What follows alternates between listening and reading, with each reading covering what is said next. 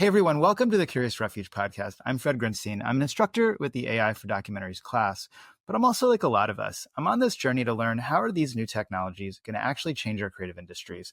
And more importantly, how can we grow and adapt and thrive with all these new possibilities?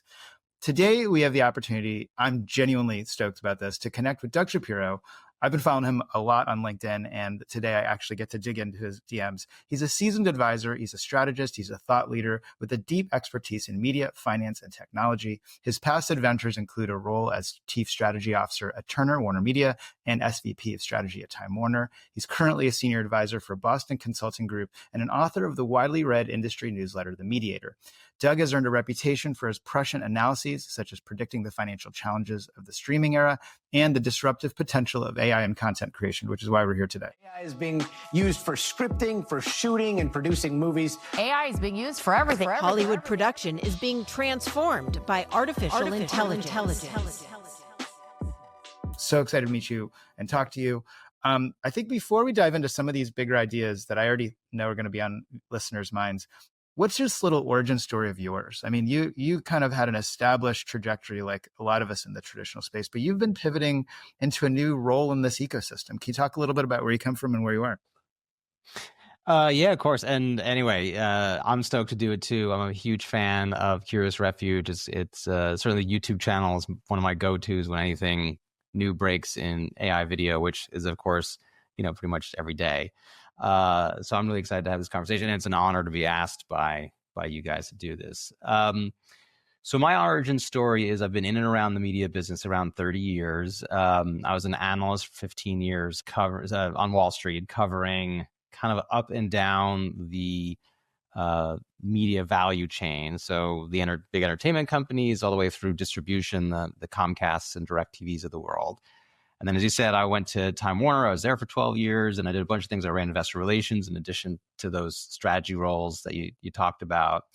And since then, I've been, writing, advising, and I guess for me, it doesn't feel like that much of a pivot because it's what I've been doing my whole career, which is trying to synthesize a lot of moving pieces, determine what's important, what's not important, and then what do you do about it? That's what I did as an analyst. That's what I did at Time Warner, where I was kind of effectively an internal analyst. And now I'm doing it for whoever has the interest and patience to want to read what I write. But I mean, those are really extensive analyses you do for the Mediator. And I feel like you have a real passion for observing, how do these data trends kind of really connect with real people working in these industries, interacting with these industries as consumers, and they're very, very clearly investigated and thought through.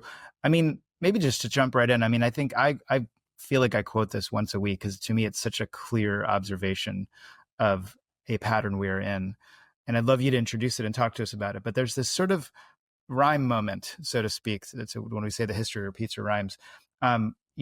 There's this idea of gate crashing that some people like to use, that there's this sort of institution of Hollywood or the entertainment industry that I think for so long, and a lot of us worked in these stable environments, had a moat around it in terms of things like distribution and production, and a moat in the metaphor of like, in some ways there was if you needed to distribute something effectively, if you needed to make something effectively, that's what the professional industry here in the entertainment world was, in a position to do. Seems like that first moment where that assumption started to shift was with YouTube and social video. And can you tell that story? I feel like this is one of the real seminal kind of observations you've articulated that I'd love our listeners to hear. Yeah, well, the one sentence synopsis that I use of this idea is that the last 15 years in the media business was really 15, 20 years was really defined by the disruption of distribution.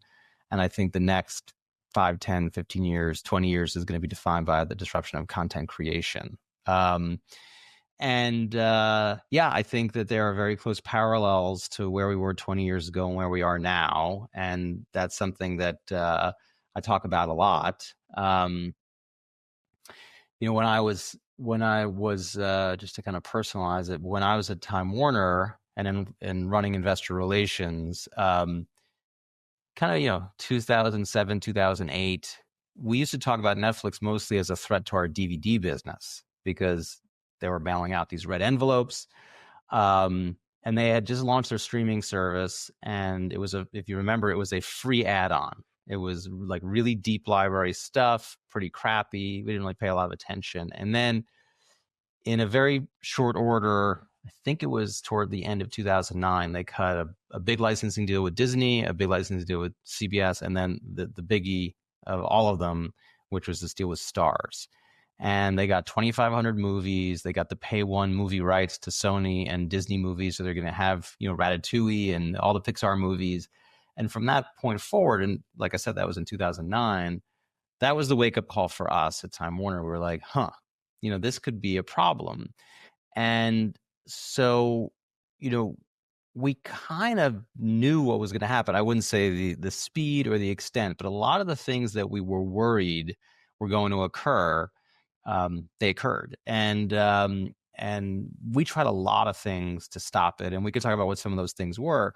They all failed. And so it was kind of like watching a car crash from, miles away, and you can't avoid it. And so that really has informed my worldview and my perspective that we're back to that point again.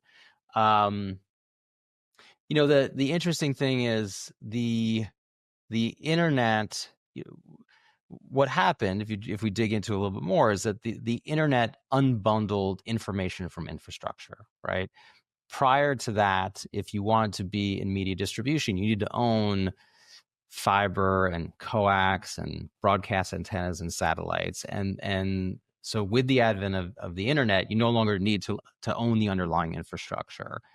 And the other thing is, it was is a general purpose technology. And because of that, meaning it has broad applicability, as we know, across, there's no business that has not been affected by the internet. It just attracts massive resources, huge amounts of financial capital, huge amounts of, human capital, innovation, like all that stuff. And so with the internet, it wasn't only that you had some networks strung together in TCP/IP, but you had all kinds of innovation around the internet, like new modulation schemes and compression algorithms and multiplexing technologies, and the telcos investing, hundreds of billions of dollars in wireline and wireless broadband infrastructure and CDNs and software-defined networking, and all these things that collectively basically drove the cost to move bits around functionally to zero. It went from being this super capital intensive, super expensive thing to something that was almost free. And like I said, that was really a defining shift for the media business. And is that so far what Netflix was achieving by creating a streaming product, or are we anywhere near what YouTube started to do? Well, they happen kind of in parallel. I think that a distinction is that I think Netflix disrupted corporate media from within, and YouTube, I think, is disrupting corporate media from without. Because what YouTube was dependent on is a series of other innovations, things like basically innovations, I would say mini disruptions around creation, the democratization of creation, the idea that we all have, production studios in our pockets now, and CapCut and DaVinci Resolve and, editing tools, all that sort of stuff. And that's what paved the way for this, massive swell of creators. What Netflix did, of course, was different. I don't know if all your listeners are familiar with it, but there's a very well-known framework in kind of management theory that's called the theory of or disruptive innovation theory that was created by this guy named Clayton Christensen. Oh, please, please! I love hearing about this, and everybody should know this. Please go ahead. Yeah. So the idea is, and to me, this is one of the most powerful theories in the business world in the last 50 years. The idea is that disruption plays out the same way over and over again across every industry, and the way it works is that you have an upstart come in, usually with a crappy product.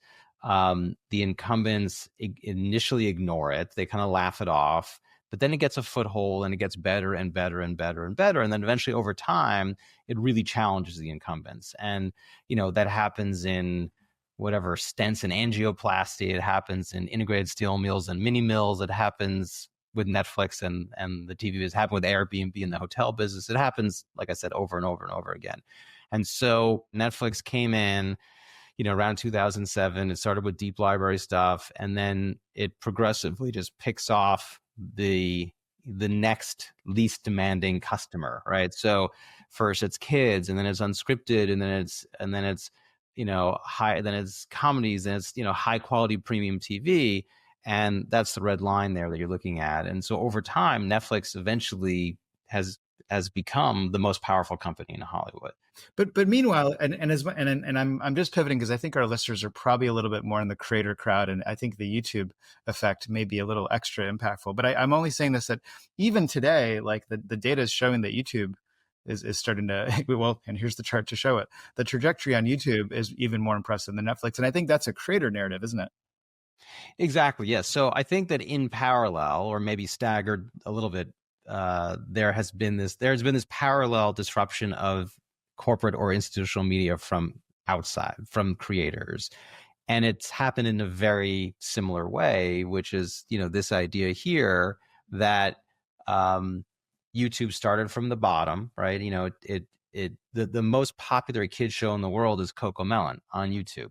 The most popular unscripted show in the world, if you think about Mr. Beast as a show, is Mr. Beast on YouTube. And so the question really becomes, do these new tools just throw gas on the fire? Does, Runway Gen 3 and Sora and Veo and Dream Machine and Minimax and, the new Tencent model, like I said, there's a new model almost every day. Do those enable this massive creator community to further close the quality distinction between creator content and corporate content, and enable creator content to continue moving up this performance curve? I think it's exactly what's happening. So, going back to where we started, and like I said, I think that there are these very close parallels with what happened 20 years ago and what's happening now. And you talked about moats. And an important thing to understand, I think, is that the value that exists in any value chain is a function of the moats in the value chain. And that's like an Econ 101 concept, that if there's no barriers to entry in your business, new competitors are going to come in, they're going to compete away all the profit. And historically in media, there were two big moats, or in television and film, let's say, there were two big moats. A big moat around distribution because it's so capital intensive and expensive, and a big moat around content creation because it's so risky and expensive. And the internet came in and it crumbled that one moat. It crumbled the moat around distribution. That's what enabled Netflix to come in, and Amazon and Apple, and even, the big media companies, essentially their efforts to cannibalize themselves with Disney Plus and Max and Peacock and Paramount Plus and all that. And what's interesting is that even as that one moat fell, up until recently, the moat around at least professional content creation has gotten deeper and wider. It's gotten more expensive to make content, right? If you look at the median cost of a blockbuster movie doubled over 20 years. The median cost of an hour of premium tea doubled over a decade. And so one moat got crumbled, the other moat got actually stronger. And the reason is that the distribution moat really or distribution costs were driven by technology, were driven by Moore's law. You had a downward sloping technology driven cost curve, but content was driven by upward sloping labor costs. That was about insurance premiums and sushi and people. And so the question becomes, what happens if Moore's law comes for content creation too? And so that's why I think we're at such an interesting juncture here. And again, why I think there are very close parallels to what happened 20 years ago that are occurring today. I mean, when I think about this, and I think about this as a Gen Xer who can relate to life before and after some of these key shifts. But I also think it's interesting to tell the story to people that are coming up with the current environment as a thing to take for granted. It wasn't, you know, a given that if I wanted to tell the world a story, I could.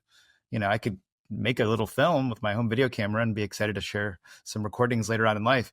YouTube unleashed that big permission slip that I think is one part of the complete disruption of that distribution. I think you very astutely even break down just technically how many people took advantage of a system that was ripe for disruption. But at its most core cultural shift, at least especially among our listeners, there's this idea that suddenly anybody anywhere in the world with any position in life could tell a story to as many people as they would then grind, work hard, community build, all the verbs that come with being a YouTuber, social video creator.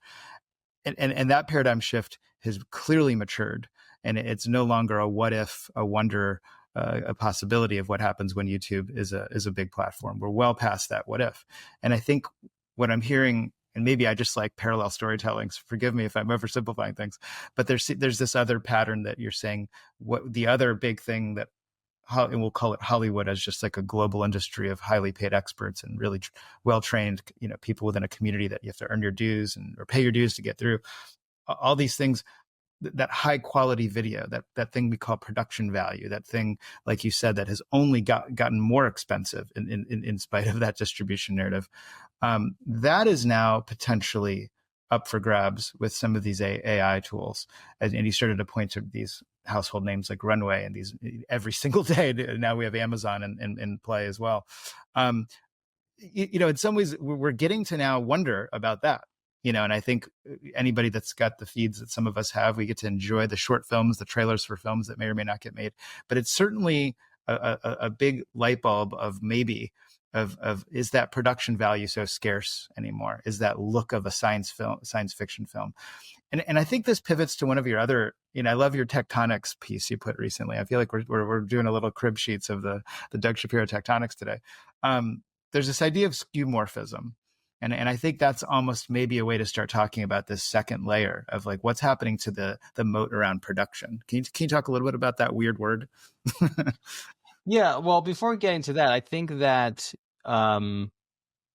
everything you said resonates for sure. I think that even as what you started saying was that creators may not appreciate how much easier it is to reach an audience today as it was, or what relative to what it was even 10 years ago.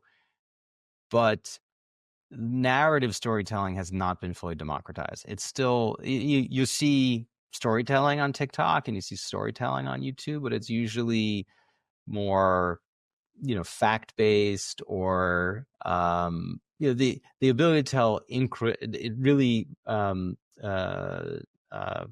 highly detailed, to develop mythology, to world building, all that sort of stuff has not been available to creators. And so that does, I think that is exactly the question. The question is, is there now a whole new, slew of narrative storytelling tools that are open to this just massive pool of creators?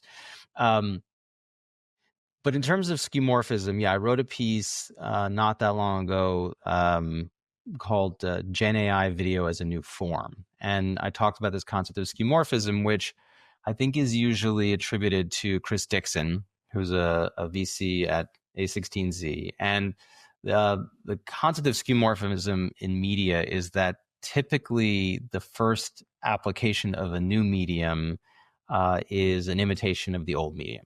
So, the first radio shows were just vaudeville broadcasts. The first movies were basically film stage plays. The first magazines were, not much different than like reading a PDF online. And what happens eventually is that the creators, the creatives, they learn how to exploit the unique attributes of the new medium. And you think about film, where there's a whole vocabulary now, obviously, around a tracking shot and an overhead shot and an over the shoulder, not to mention physical effects and special effects, and so the question here with Gen AI is most of the conversations that we have about Gen AI video are really talking about it in a skeuomorphic way. They talk about it in terms of how it's going to be able to reduce the cost to make a movie or a TV show. But it also has, Gen AI video has very, very unique attributes that are going to open up new applications, things that are, I think, very hard for us to get our head around right now. So like you can think of things like, what does it mean that video is rendered real time? And you open up ideas like personalization or, contextually relevant video. You can imagine a TV show where it fills in gaps around the current events of the day, right? Or something that's geographically relevant. You could think about someone who develops a story world. So George R.R. Martin develops Westeros and the entire mythology around Game of Thrones and very well-defined characters, but then the story itself is emergent, that the story itself evolves in some sort of way, maybe in response to what the viewer is doing, maybe not. Just think about the idea that what does it mean if all video is inherently three-dimensional, right? Right now you watch a video and what is it? It's 24 still frames a second, which are 2D representations moving fast, right? In the future, AI video models, the way they're going to function is that they're going to have some sort of 3D representation of the world. And the way they're going to understand how something moves through space is because they're going to understand how that three-dimensional object moves through 3D space. And so all of a sudden, all video will be inherently three-dimensional. At that point, it means that you're no longer bound to what the cinematographer decided was the angle. Like everybody could be the cinematographer, right? You could be watching from within the action. You can be watching from anywhere. So it's a lot of stuff that's really hard to get your head around right now. And a lot of it sounds like, super futuristic, but my point there is that it's not only a question of the democratization of filmmaking. It's also a question of what new use cases will generative AI video birth. I love that, and I think that's kind of the trajectory I spend a lot of time thinking about. Is that there's sort of this initial set of assumptions of how things are made or what stories are, even as you're talking, like when we go on some of these tools to generate a video off of an image reference, the command to pull down is even camera pans left. Like we're physically referring to something that isn't really happening. There is no camera. We're not pointing anything at anything. It's just an image on my screen. But that is currently the vocabulary that is minimally a bridge between a process that we associate with physical cameras and something that's happening on our screen. Again, fast forwarding, what is the language for something that maybe still benefits from these words? So, I like those words too. I'm a big fan of cameras. But like, I think that is the sort of like fog that can either be very disconcerting or, in my opinion, really inspiring, because if we do look at the patterns, they mostly point to really interesting things on the other sides of these broken assumptions. Like I think, like you said, like the skeuomorphic phase of music was a spinning disc that still looked like a record, and compact discs made a lot of money, and there's a whole story there about the impact that had. The clock icon on your phone is still an analog clock. There's nothing analog about it, right? But the actual shift in the music industry that has totally changed the way it gets distributed, the way artists are born, the way anybody can create themselves and distribute themselves, was the MP3. Something that didn't spin at all. It didn't, and so it's almost like if you could have communicated to somebody while they had records and tapes and even CDs, what if I could just email you a song? Like that would blow their minds. And I think that's kind of like the thing that I want to talk in. You're starting to point to it, because I actually think the 3D stuff's happening. I think most of us are watching our tools engage with these 3D worlds. as initial experiments and likely connections to Unreal and game engines. What is, I think you and our good friend Mike Joya, who introduced us, we might be making a new word I think he mostly thinks we're not settled on, but it's his word. But I was describing skeuomorphism to him, and he said, I don't want to do that. I want to do the opposite of that. I want to do what's neumorphic. And I'm like, neumorphic, I like it. Let's go with it. So yeah, he is officially the father of neumorphism.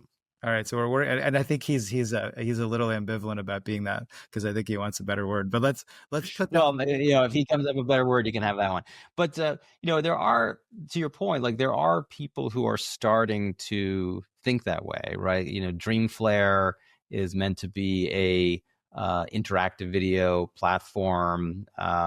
You look at what Fable the Simulation is doing, where if I understand it, the concept is that if you actually have agents that are living in a simulation, then content will be organically, basically organically created by the agents themselves. So the human orchestrator of all this is the one who defines the story world and sets the agents on their course under certain constraints, but that the content is actually emerges from the agents, which is like really a mind-bending concept. And you mentioned I guess there's a Gemini tool, I already forgot what it is, but you're starting to see the concept of engineless gaming, of games that are just basically each frame is generated real time and there's no underlying gaming engine, which is like really an insane idea, just such a disruptive concept to the way that games are developed today.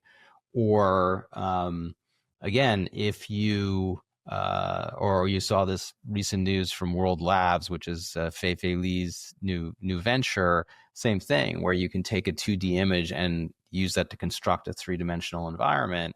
And again, it raises the prospect that like every video becomes a three-dimensional video, and everything that's filmed can be viewed on an Apple Vision Pro and viewed from any angle. And so you're starting to see some I think there are people who are exploring the frontier of this concept. Is not where the mainstream is. I think the mainstream is still thinking largely about how much is it going to bring the cost down? The kind of Ben Affleck conversation. Is it going to reduce cost by 30%, or is it going to reduce cost by 40%? And less so about what are these new use cases going to be?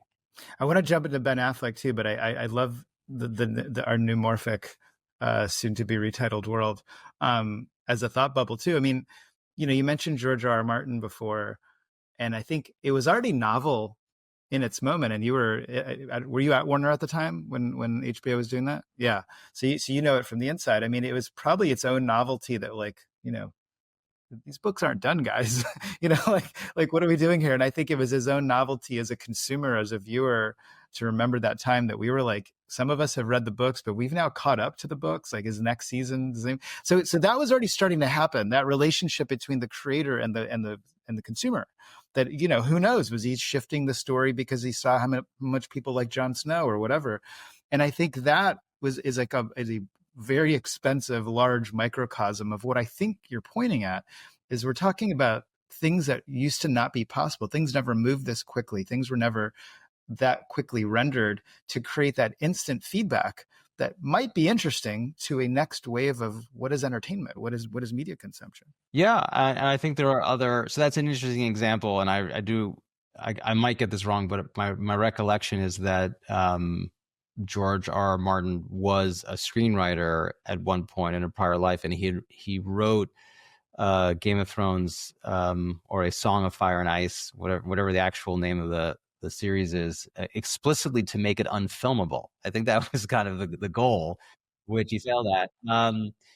But there are other incremental steps. So there's an interesting company that I've written about called Invisible Universe, and it's a digital first animation studio. And they're thinking a lot about what is the future state of the video business and what's the business model. But one thing they do is they don't treat social as a marketing channel. They treat it as a focus group. So they put out a lot of content, a lot of videos. They engage very heavily in the comment section. A lot of storylines have emerged out of the comments.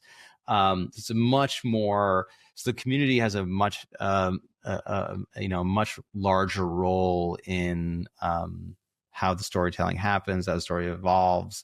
And yeah, so to your point, like there's going to be a lot of, I think there are many, there's, I think a lot of fundamental assumptions we have about how entertainment works that are going to be challenged in the next 5 years. Is that the next moat? I mean, we've talked about a moat that separated people and their ability to distribute, a moat that separated people from high quality storytelling that may be in the process of being, democratized. Is this another moat, the relationship between the viewer and the creative process? That, like, most people thought I'm a passive consumer, and no matter how much I comment, nothing really happens because it takes too long to make these shows anyway. They're already into season 2 before I comment on this. Is that a moat? Yeah, I think that whenever one input into the production process becomes abundant, other things become scarce. And you can trace that idea back to the agricultural revolution and the industrial. Initially manpower was scarce and land was abundant, and then we had the industrial revolution, and all of a sudden manpower was abundant and now land was scarce, and then you had like there's these ongoing you could think about like in computing, where there's been this continual flip-flopping over whether compute or bandwidth is the scarcer resource. And so initially we used to have, you'd be using some dumb terminal on a mainframe in your local area network in your office, and at that point the compute power was the more scarce thing. So you centrally located the compute, and the bandwidth, the local bandwidth, was the abundant thing. And then all of a sudden we had microcomputers, microprocessors, and so now the compute was the abundant thing, but the bandwidth was the scarce thing. And then you have this billions and billions of dollars of infrastructure spend on by the telecommunications company that again caused the cost of bandwidth to plummet. And that's how we got the cloud and how we got streaming. It's like all of a sudden, like, okay, now that bandwidth is free, let's squander the bandwidth. So this keeps on happening over and over again.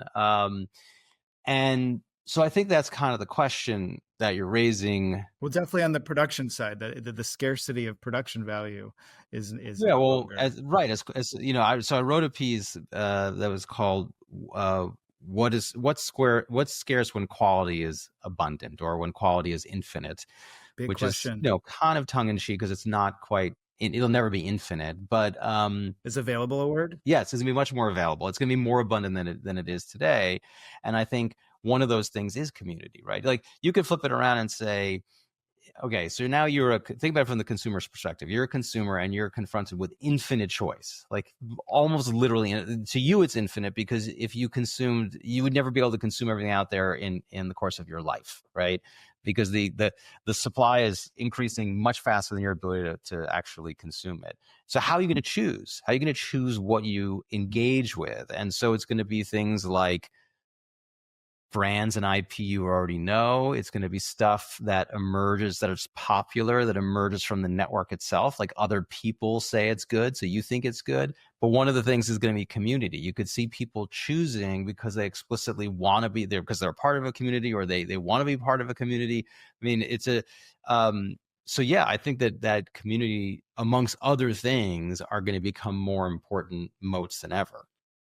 I would say, good ideas, actually, you could argue that good ideas will be more valuable than they ever were, because in the past, when distribution was gated, when there was this huge moat around distribution, a lot of stuff got made that wasn't good. It got made simply because it had access to capital, or because somebody who knew the right. How dare you suggest that these decision makers sometimes make, imperfect decisions.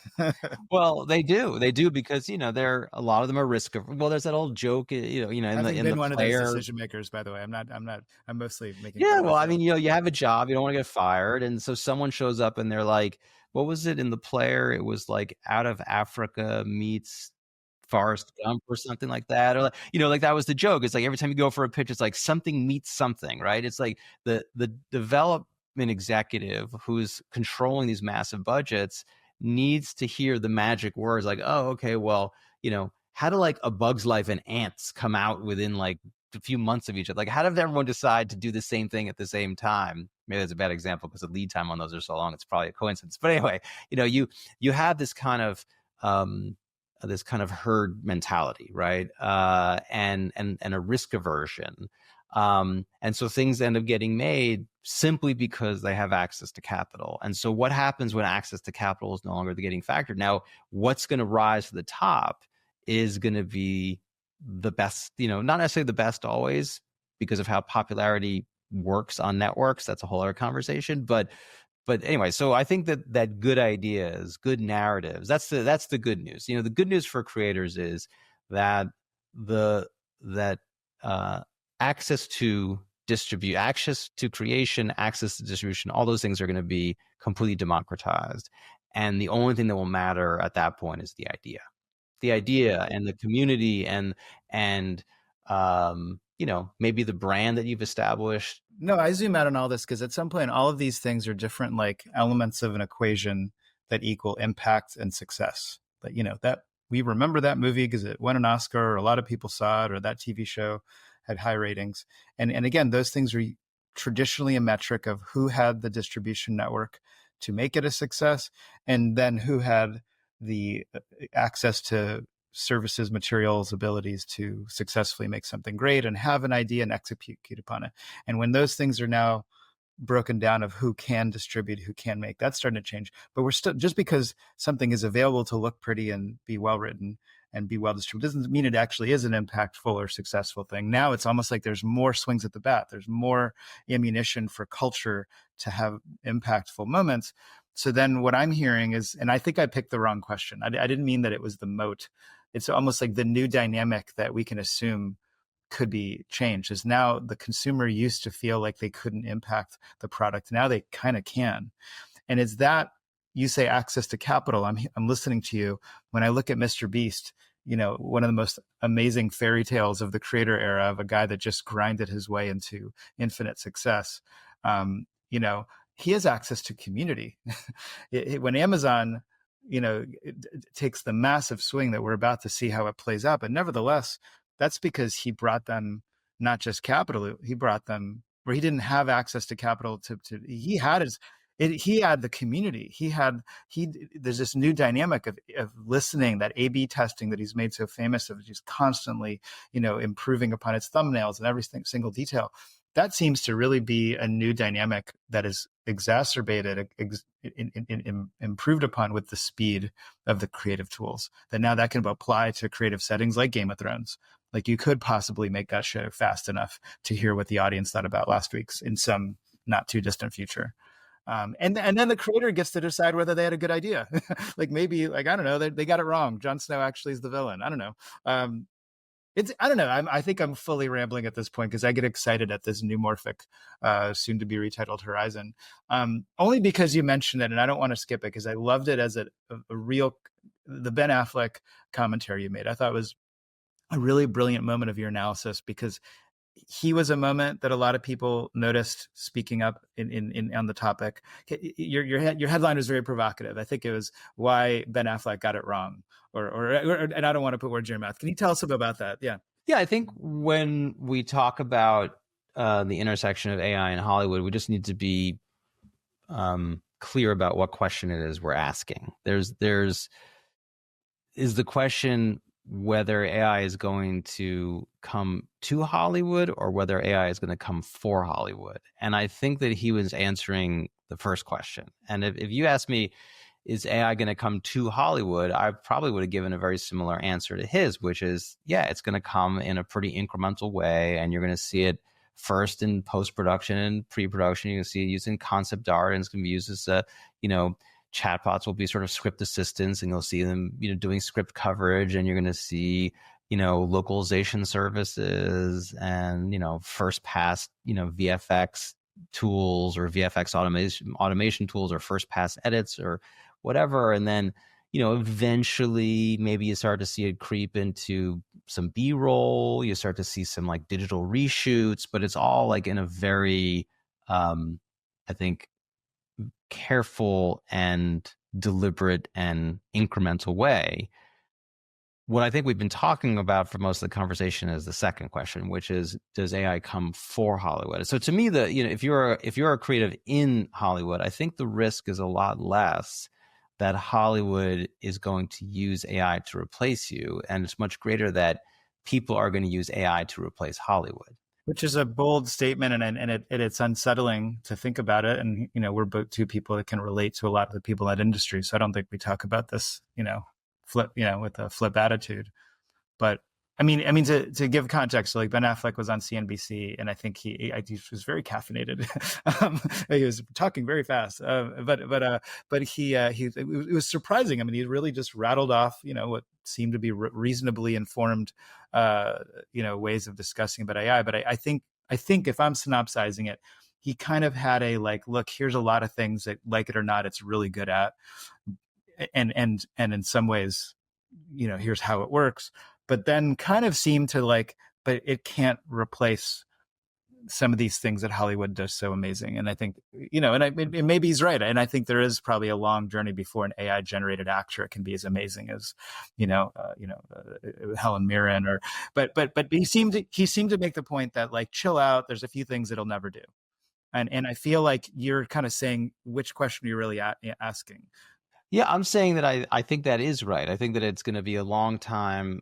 Even saying something like it can't replace human actors, even that statement, you have to go, well, okay, we probably should be a bit more precise about that question, because are we talking about kids? Are we talking about horror? Are we talking about sci-fi fantasy? I mean, there's certain genres where humans are like heavily doctored. It's not all Meryl Streep and Clint Eastwood and Bridges of Madison County having some like super emotive scene. I think AI could replace The Mandalorian, by the way.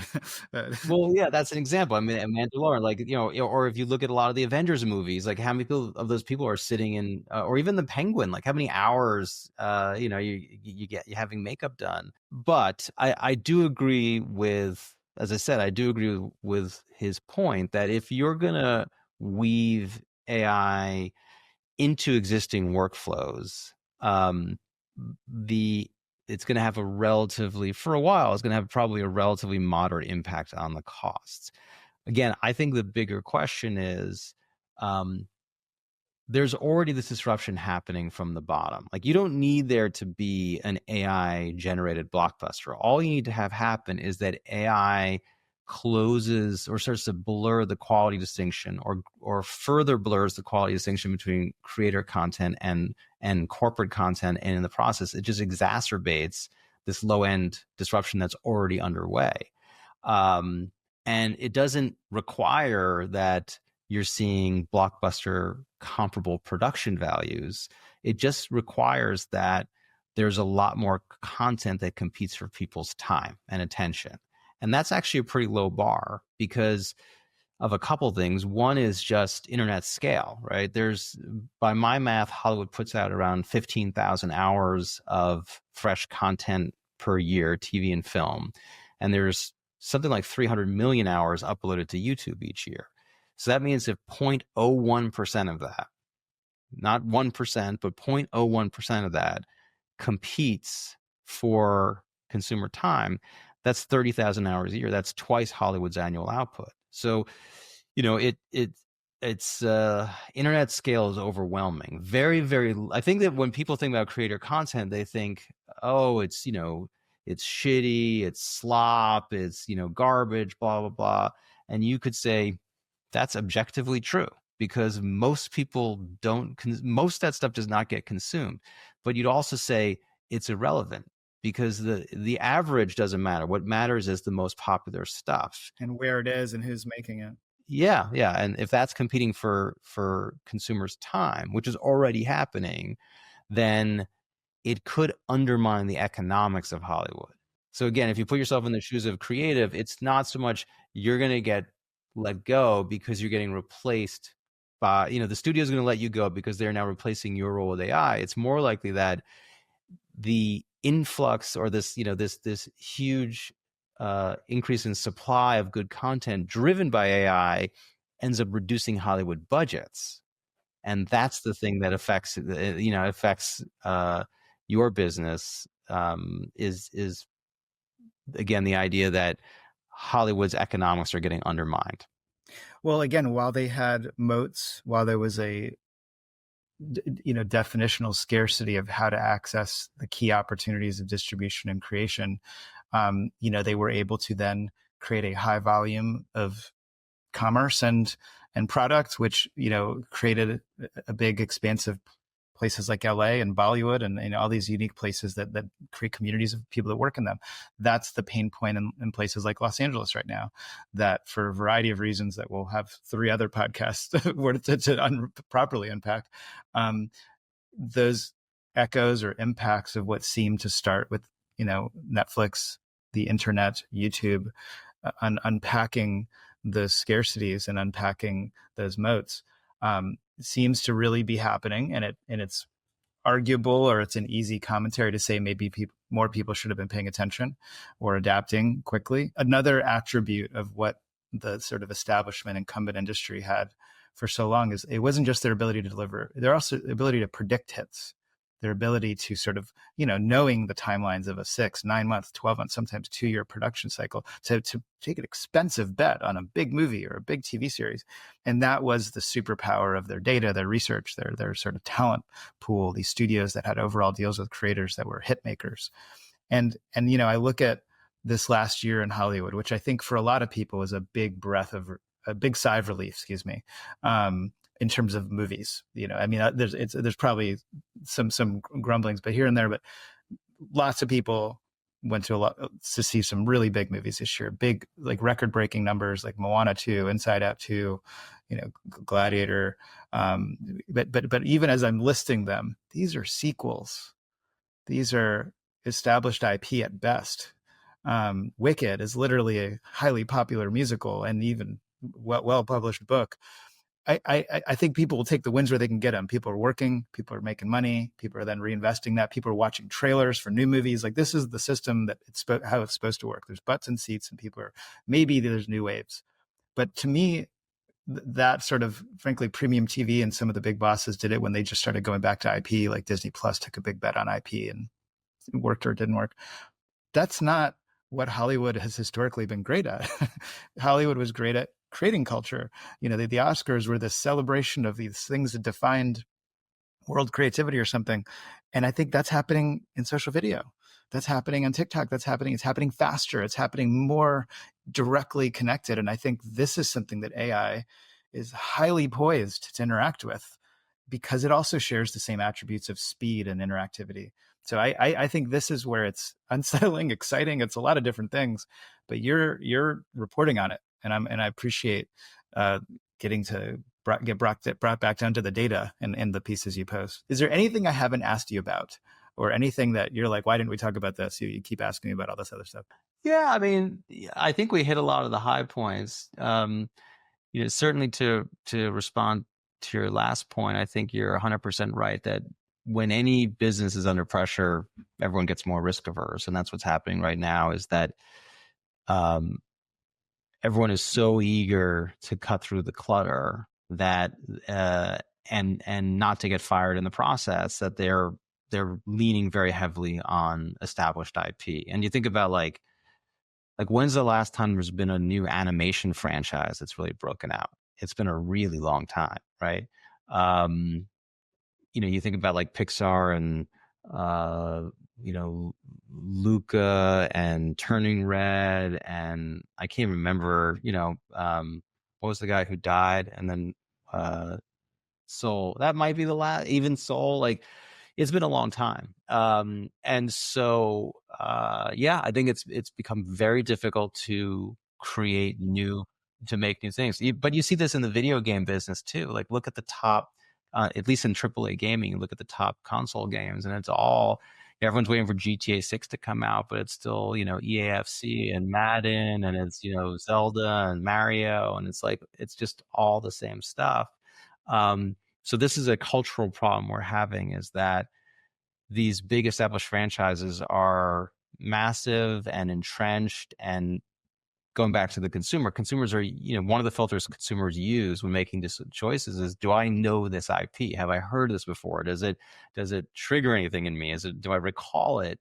And yes, 100%, I think there's going to be so much more experimentation. There's going to be crazy experimentation that happens in the tail, and that's going to be facilitated by AI. And I think it's another thing that's really potentially exciting, is that I think that's where the not only the new forms, but the new forms of storytelling, new formats, new concepts. I think you're see amazing stuff emerge out of the tail.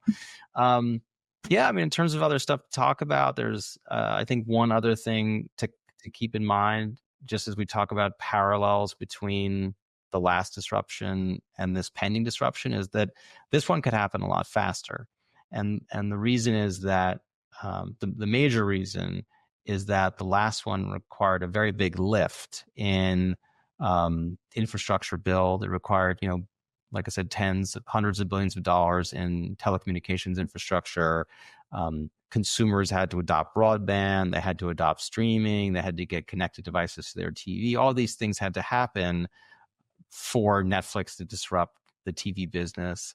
All that stuff's now in place. So, you look at a movie like Where the Robots Grow, the first, I don't know if you're familiar with it, but it's building itself. There's a controversial discussion about the first piece of it, but it's a significant achievement in this moment. Yeah, it's a significant achievement, and AI, it's billing itself as the first feature-length AI-enabled animated movie, 87 minutes on YouTube.